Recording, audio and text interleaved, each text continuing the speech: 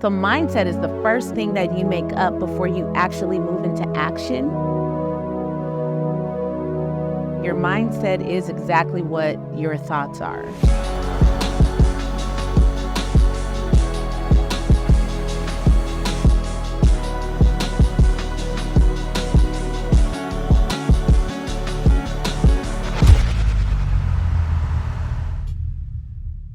The first board I served on was the church board. So my beginnings really started with the experience there, being a part of the complete executive board and then branching off into some finance committee. Primarily, that was in my early 20s, and I had my undergraduate in business management.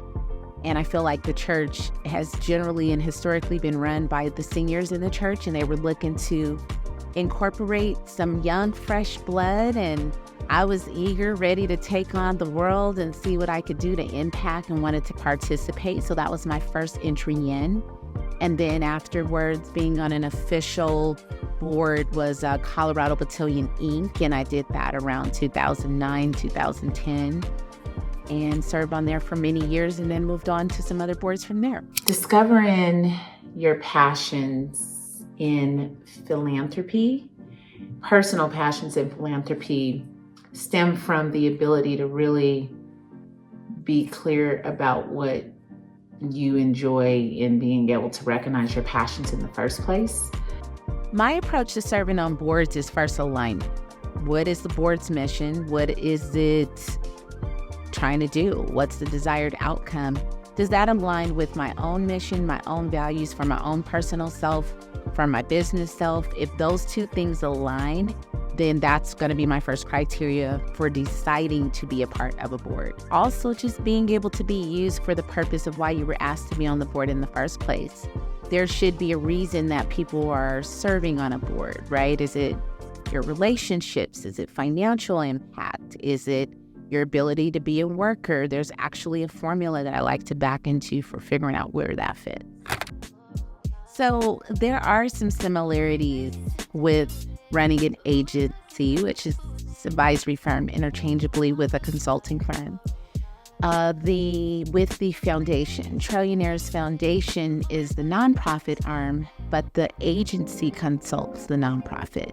So the agency is focused on helping people, small businesses that are not normally equipped with those business skills. So I have like some entertainment space, monetize exceptional concepts and ideas. Depending on what your interests are, it can be challenging to align your personal interests with community needs. I definitely tried to bring some fun into it, do some different partnerships and collabs with brands that I also enjoy. How does it impact? Well, there's ways where you can have a percentage of something that you enjoy go back to the community, or the awareness and the alignment of that brand being affiliated brings other awareness for other brands. So while it's challenging, I think it could be intentional as well. It can be like something that you actually target to do, and then you attract more of it. So I actually target to align my community interests with my personal interests so that I'm able to just stay in balance and just weave them all in together. The foundation is monetizing how to help change the world in those specific areas that we're focused on. And so that means we're collecting, fundraising, doing all the things to be able to help those that we want to close the gap with financial literacy, career readiness, and self-efficacy. So the similarities are just really the model and how the foundation is being run versus a traditional. Balancing personal luxuries with community service is interesting. I definitely have had different people judge the giving requests based on the way that I move personally, or what I might have personally, which is different. Like the foundation might not even be able to afford you yet, right? So people don't really know until you go read a $9.90 or something. But balancing the two for me is really just keep trying to bring them together. One of my favorite experiences combining luxury advisory with the philanthropy initiatives was a recent celebrity golf tournament that we hosted and had with Cordell Stewart and a lot of Hall of Famers. Our mission was to really back into what Trillionaires stands for as a whole, which is where exceptional is the norm and exceptional outcomes only.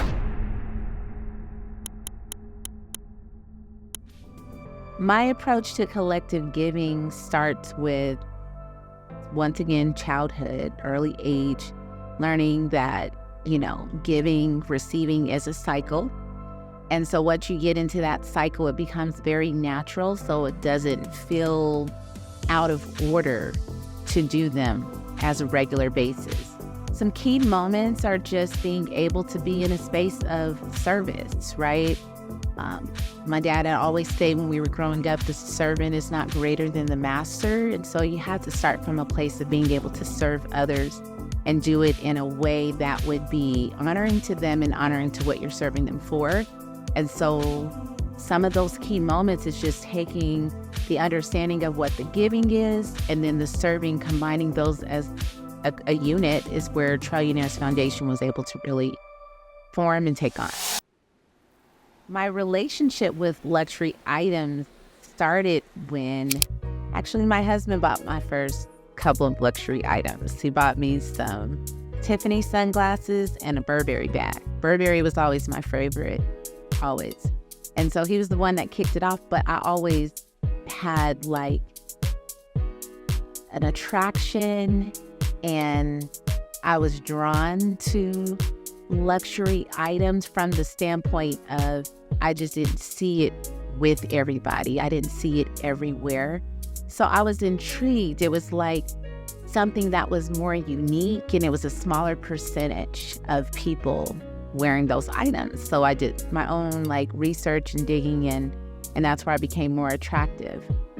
Just being able to be in a space of finding something that you enjoy and tying it into something that you've been able to accomplish has been my way to stay balanced with luxury items and then luxury mindset. The way I see the mind of luxury is that everyone doesn't have it. And it's not by a reason that they all couldn't, but by choice, right? It takes more time to develop a luxury item. It costs more, puts more energy into it. And I see the same thing with the mindset. Feel like there's more things that you have to put involved into it. There's more things that you're pouring in. And so that makes it be more unique. And so that's how I feel about luxury mindset with luxury items. And the way I keep them balanced is being able to connect to something that is more of a reward for me. So I've been able to close a deal. Now here's an item that I can buy, and I know everyone doesn't have this particular item that I'm looking for. And as a reward for the work that I put in and the win, this is what I'm going to do to celebrate. So mindset is the first thing that you make up before you actually move into action. Your mindset is exactly what your thoughts are.